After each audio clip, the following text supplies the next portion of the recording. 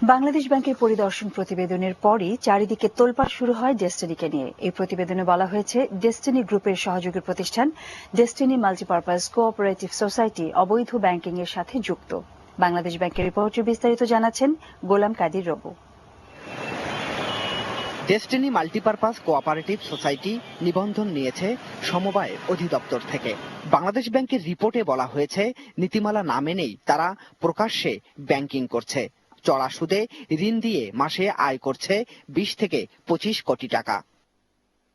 রিপোর্টে আরো বলা হয়েছে, ব্যাংকের বই চলতি, স্থায়ী, সঞ্চয়ী, মাসিক মুনাফা সহ বিভিন্ন প্রকল্পের মাধ্যমে তারা আমানত সংগ্রহ করছে। এজন্য কমিশন এজেন্ট ছড়িয়ে দেয়া হয়েছে গ্রামে, শহরের আনাচে কানাচে। 2008-9 অর্থ বছরে 17 কোটি 56 লাখ, পরের অর্থ বছরে 222 কোটি 18 লাখ, 2010-11-তে 522 কোটি 74 লাখ টাকা আমানত সংগ্রহ করেছে তারা। আমানতের বিপরীতে সুদ দেয়া হচ্ছে সর্বোচ্চ 16%। কোন এজেন্টদের দেয়া হচ্ছে আমানতের অংশ থেকেই কমিশন।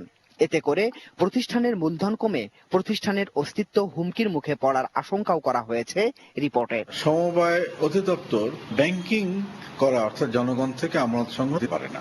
যদি এই ধরনের কাজকর্ম তারা পরিচালনা কেউ করে, তাহলে সমবায় বিভাগের দায়িত্ব হবে, যেহেতু তাদের দেওয়া রেজিস্ট্রেশনের আওতায় হচ্ছে, তাদের দায়িত্ব হবে এটাকে ভালোভাবে তদন্ত করা এবং আইনের বাইরে কিছু করলে তার বিরুদ্ধে ব্যবস্থা গ্রহণ করা।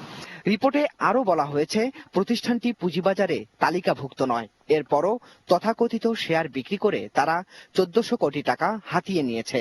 বাংলাদেশ ব্যাংক বলছে, এভাবে কাছ থেকে মূসা এবং পুঁজিদার সংকুচিত হতে পারে। আমাদের অনুমোদন এতটুকু পর্যন্ত, কিন্তু তার বাইরেও দেখা যাচ্ছে যে সীমার উপরে আছে।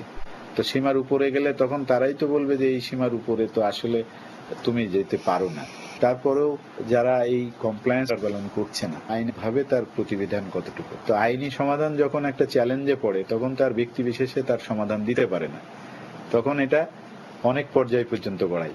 অবৈধ যদি কিছু হয়, জনগণ যদি প্রতারিত হয়, সেটা দেখার বিষয়। সেই বিষয়টা নিয়ে আলাপ করেছি। আমরা করার জন্য একটা খসড়া আইন তৈরি হয়ে আছে, যাতে করে সংসদে জরুরি ভিত্তিতে তাড়াতাড়ি আসে, সেই ব্যাপারে আমরা মন্ত্রণালয়কে সুপারিশ করেছি। এসব তুলে ধরার পাশাপাশি বাংলাদেশ ব্যাংকের রিপোর্টে বেশ কিছু মতামত আছে। উচ্চ পর্যায়ের একটি ব্যবস্থা নিতে বলা হয়েছে। এমএলএ পদ্ধতিতে সংগ্রহ প্রক্রিয়া আইন দিয়ে বন্ধ এবং কমিশনের মাধ্যমে আমানত সংগ্রহ প্রমাণিত হলে সমবায়ের মাধ্যমে ব্যবস্থা নেয়ার কথাও বলা হয়েছে। অবশ্য সরকারের নীতি নির্ধারকরাও এ নিয়ে নড়ে চড়ে বসেছেন। তিনি বিরুদ্ধে আমরা অনুসন্ধান করার সিদ্ধান্ত নিয়েছে কমিশন, সেটা মূলত পত্রপত্রিকার প্রতিবেদন থেকে। আমাদের বিষয় হলো মানি লন্ডারিং অথবা অন্য কোনো অপরাধ দুর্নীতি দমন কমিশনের তফসিলভুক্ত। গোলাম কাদের রবু, এটিএন নিউজ, ঢাকা।